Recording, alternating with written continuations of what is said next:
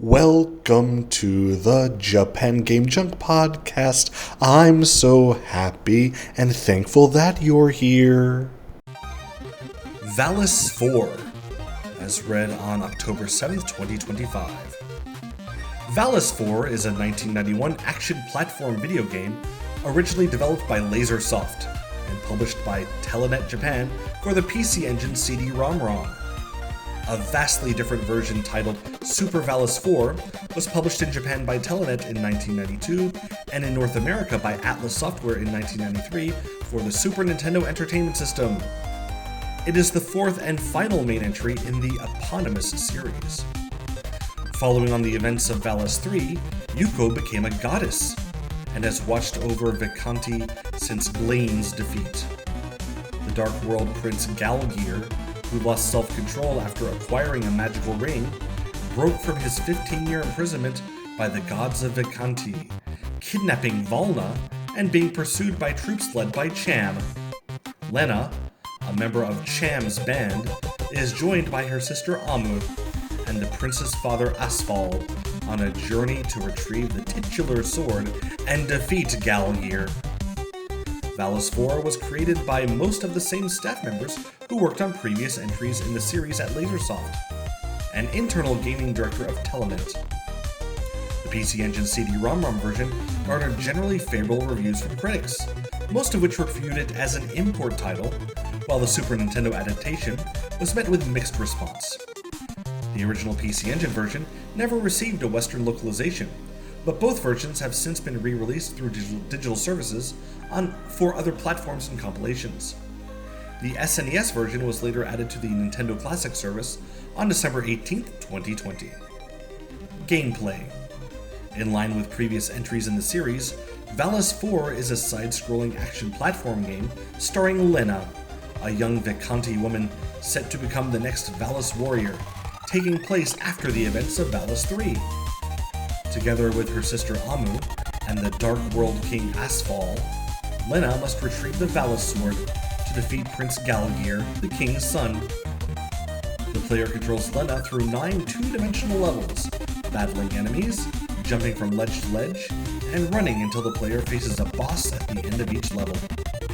As in the previous entries, gameplay pauses and a cinematic cutscene plays at certain points regarding the game's storyline. Valis 4 retains the same gameplay format as Valis 3, in which the player is now in control of multiple characters that can be switched at any time. However, the characters cannot be switched during boss fights. Each character wields a unique weapon and have access to their own elemental spell, which can be enhanced up to 3 levels, and are charged via a weapon power meter.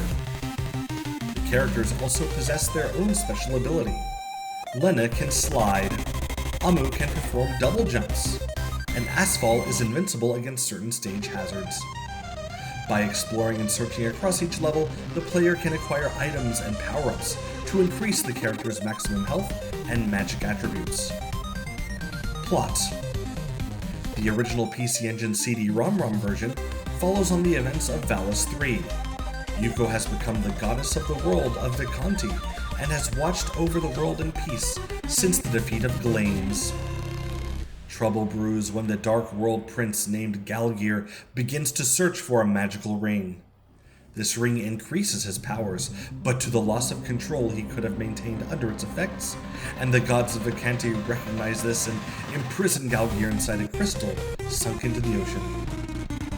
15 years pass, and Galgear manages to break out of his prison, kidnapping the former heroine Valna, and being pursued by troops led by Cham as a result. A member of her band named Lena requests permission to infiltrate Galgear's stronghold and free Valna on her own. Cham initially disagrees, but a disembodied voice convinces her to allow this, and Lena brings her twin sister Amu with her. They both succeed in reaching Galgear's inner sanctum, but are stopped by the prince and his ring, who is about to obliterate them when they are teleported away by a magic force, that of Asphal, the prince's father, who tells them that only the Valis sword, no longer in this world, can stop him. Both girls journey day and night to reach the heavens of Vikanti and claim the sword, which is bequeathed onto them by Yuko herself. sent with her blessings in stopping the power-hungry prince. They return to Vacanti and use the magic blade to defeat Galgear. Development and release. Valis 4 was developed by Lasersoft, an internal gaming division of Telenet, previously responsible for Valis 3. It was created by most of the same staff members who worked on previous entries in the Valis series, with both Mitsuo Nakamura and Masami Hanari being director and producer respectively. Haruyuki Nishida, who was also responsible as designer with assistance from Chiyo Urara, co-wrote the scenario along with Bunzo Matsui. Hiroshi Ono acted as programmer, while animator Osamu Nabeshima returned as one of the game's artists. The soundtrack was co-composed by Shingo Murakami and members under the pseudonyms Junta and Kawame. Valis 4 was originally released for the PC Engine CD-ROM² in Japan by Telenet on August 23, 1991. It never received a Western localization. A compilation titled Valis Visual Collection was released in 1993 by Telenet for the PC Engine CD-ROM, featuring visual scenes from the game. The title was included as part of the Valis The Phantasm Soldier Complete compilation for Microsoft Windows, published by Sunsoft in 2004 under a limited run of 2,000 copies, which came bundled with a bonus CD and a figure. The original PC Engine CD version was re-released in digital form for Windows through D4 Enterprise's Project Egg service on August 21, 2007. In 2011, D4 Enterprise re-released the compilation with additional titles as Valis, The Phantasm Soldier Complete Plus, which came bundled with a CD soundtrack instead. The PC Engine original was included as part of Valis, The Phantasm Soldier Collection 2 for Nintendo Switch.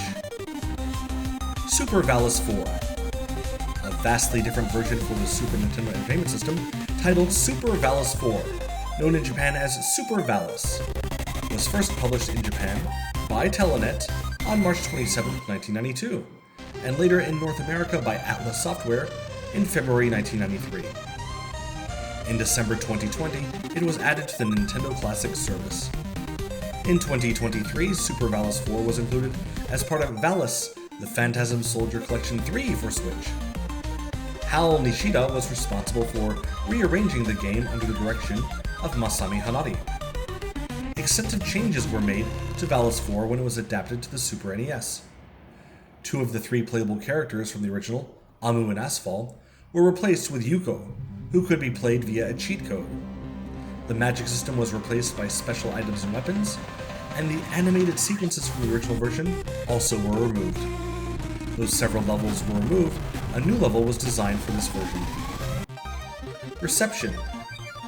Valis 4 on the PC Engine CD-ROM² garnered generally favorable reviews from critics, most of which reviewed it as an import title. Famitsu's 4 reviewers gave it an overall mixed outlook. Generation 4's Frank Ladois praised its visuals, character animations, CD quality soundtrack, and playability. Likewise, Joystick's Jean-Marc Demoli and Joypad's Alain Hugues-Lacour commended the game for its graphics, animations, music, and controls, but noted the prolonged loading times. Consoles Plus Robinson and Damon gave the title positive remarks for its audio-visual presentation, responsive controls, and longevity. Super Gaming's 3 reviewers praised the music, graphics, improved cinematics, and expanded depth. Nevertheless, while Mike regarded it as a good addition to the Valis series, both Ken and Samurai commented that it loses a little in the plot dimension and felt similar to previous entries. Hardcore Gaming 101's Kurt Kalata wrote that as a whole, Valis 4 is not quite as good as its immediate predecessor, but still one of the better games in the series. SNES. Super Valis 4 on the Super Nintendo Entertainment System received mixed reception from critics, most of which reviewed it as an import title. Compared to the original PC Engine CD-ROM release, Consoles Plus Francois Hermelin and Kaneda Kun commended the game's graphical presentation of most stages and classic-style playability, finding it neither excessively difficult nor particularly innovative. However, both stated that its music did not make good use of the system's sound chip. Famitsu's gave it an overall mixed outlook. In contrast, Joystick's Demoli praised the adaptation for its visuals, controls, audio, and character animations. Joypad's Alain Hughes Lacour and Olivier Prezieux echoed similar thoughts as Demoli, but both noted that the title was structurally different compared to the PC Engine CD-ROM version. Electronic Gaming Monthly's 4 reviewers wrote that it played faster compared to other titles in this genre. They commended the audiovisual presentation and variety of weapons, but criticized its slow action during early levels and low difficulty. Game fans Dave Halverson and Brody shared similar opinions, but disagreed about its difficulty and playability. Megafun's Philip Nowak and Bastien Lors faulted its simplistic visuals, low number of enemies on screen, and audio, but noted its animations in a positive light. Superpro's David Westley highlighted the game's colorful and imaginative backgrounds, high-quality cutscenes, and adequate audio, but panned its bosses for their slow animations and monotonous gameplay. Video Games Julian Egbrecht labeled its visuals and audio as catastrophic for Super Nintendo standards, and criticized its level design and uninteresting enemies. Playtime expressed that decent sound and a mixed graphic aren't everything, negatively noting the low number of enemies present on the level. SNES Force found its gameplay to be unchallenging. Total's Maris Feldman stated that the title was highly difficult due to nasty jumps and tough intermediate opponents. Hardcore Gaming 101's Kalata opined that Super Valis 4 is just kind of bland and boring, and very disappointing in comparison to the CD-ROM powered version. And yes, indeed, that is the end of the Wikipedia article, which was very poorly written. It's like the top and the bottom, they just repeated each other. What an edit this one requires. Maybe you can do that. Anyway, the game itself is in fact very fun, and it's reviewed in the channel in the description of this episode. However, when I played the game, I accidentally touched the CD-ROM unit and caused the CD to skip, and the music was gone forever. Apparently, the entire game is loaded into RAM, and then the music plays from CD for each level, so that was an unfortunate event, but I could learn from it. Thanks so much for listening. It's been a Valis 4, specifically PC Engine version, and yeah, I hope that you can learn and enjoy and have all the fun you want in the world with video games. Thanks so much for listening, and goodbye!